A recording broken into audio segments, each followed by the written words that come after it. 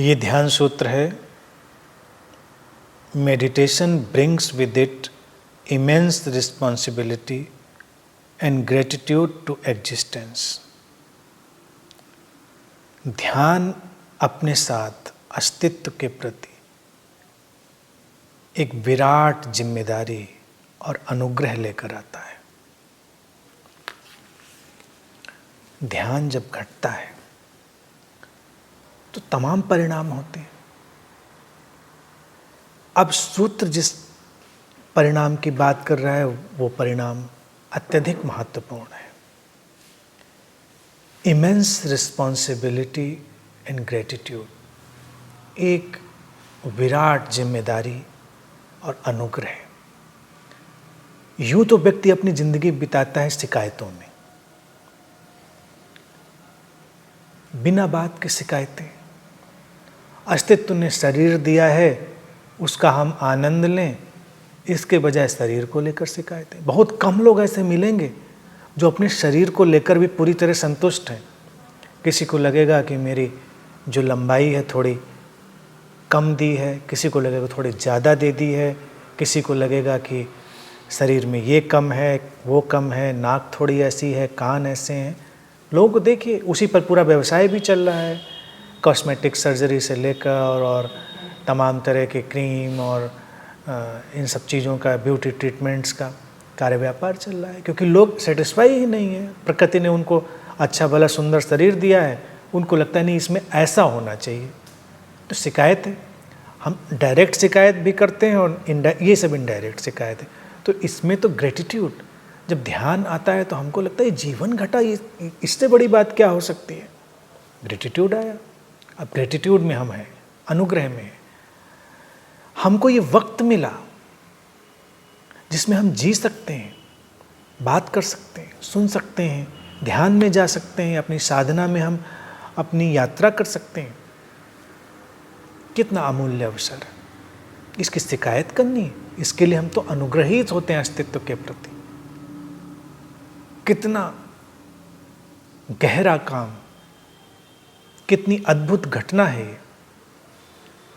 जितना ध्यान गहरा होगा उसकी पहचान ही ये होगी कि उतना गहरा अनुग्रह घट रहा होगा व्यक्ति के भीतर से, ग्रेटिट्यूड, और जीवन से शिकायतें धीरे धीरे विदा होती चली जा रही होंगी।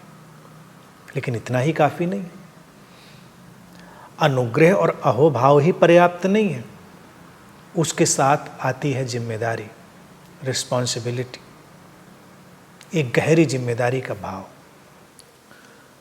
अब ये जिम्मेदारी क्या करेगी? जिम्मेदारी है हमें इस जीवन को और सुंदर बनाने की।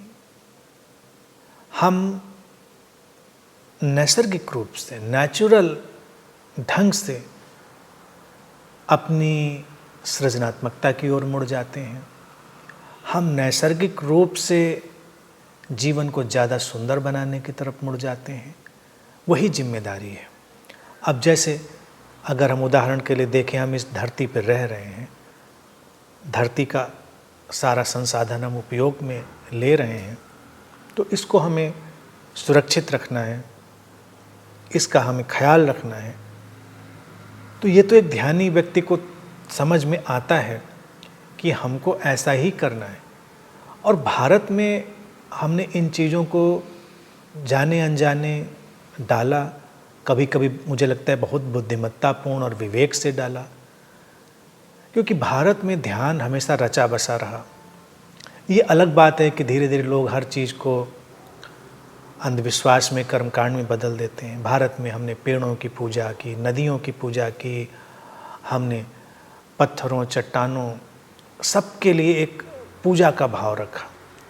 अभी पूजा ही नहीं करनी थी ना, उनका ख्याल, यानी कि ये पेड़ पौधे कितने महत्वपूर्ण हैं, पूजनीय हैं, नदियाँ कितनी महत्वपूर्ण हैं, उनका ख्याल रखना है।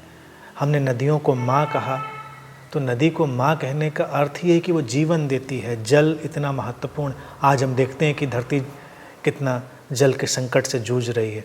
भारत में जब ये बातें कही गई होंगी तब जल का इतना संकट नहीं रहा होगा, नदियाँ ज़्यादा स्वच्छ नहीं होंगी, प्रदूषित तो आज इतनी हो गई हैं।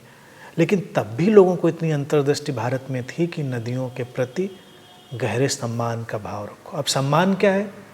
अब सम्मान उनके पैर छुआना तो नहीं है, जो कि बाद में हमने कर्मकांडों में बदल दिया। नदी का सम्मान यही है कि नदी को स्वच्छ रखें, उसका ख्याल रखें। पेड़ पौधों का सम्मान क्या है? कि उनका भी ख्याल रखें, उनका जो इकोलॉजिकल बैलेंस है उसको मेंटेन रखें। यही सब जिम्मेदारियां हैं। और अपने आसपास के जो सहयात्री हैं उनके प्रति, कि जब हमारी यात्रा सुचारू रूप से चलने लग जाए तो जो हमारे साथ हमारे सहयात्री हैं उनके लिए भी सुविधाएं हों, उनके लिए भी आगे चलने के मार्गदर्शन के इशारे हों, संसाधन भी हों। तो जिम्मेदारी के तो बहुत बहुत तल हैं। ध्यानी हर तल में धीरे धीरे अपनी क्षमता प्रतिभा के अनुसार प्रवेश करता जाता है, और जो इतनी जिम्मेदारी और इतने अनुग्रह से भरकर जी रहा होता है, हम समझ सकते हैं कि ध्यान उसके भीतर घट रहा है, घट गया है। ध्यान की खिलावट उसके भीतर उत्पन्न हो गई है, और ये खुशबू है, ये जिम्मेदारी और अनुग्रह का भाव उस ध्यान की खुशबू है।